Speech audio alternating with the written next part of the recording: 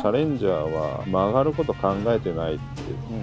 それってやっぱアメ車特有の考え方です。やっぱマッスルカーは速く走れる、機敏に走れるっていうのがやっぱ売り文句だと思うんで、タイヤも太いし、やっぱり直進安定性はかなりあるんじゃないかなと思います。僕のはビップカーなんで、ゆっくり走ることが、余裕の表れっていうんですかね。スピードの出方が違うんですか？アクセル踏んだ時の出力、化け物やなと思うんですよね。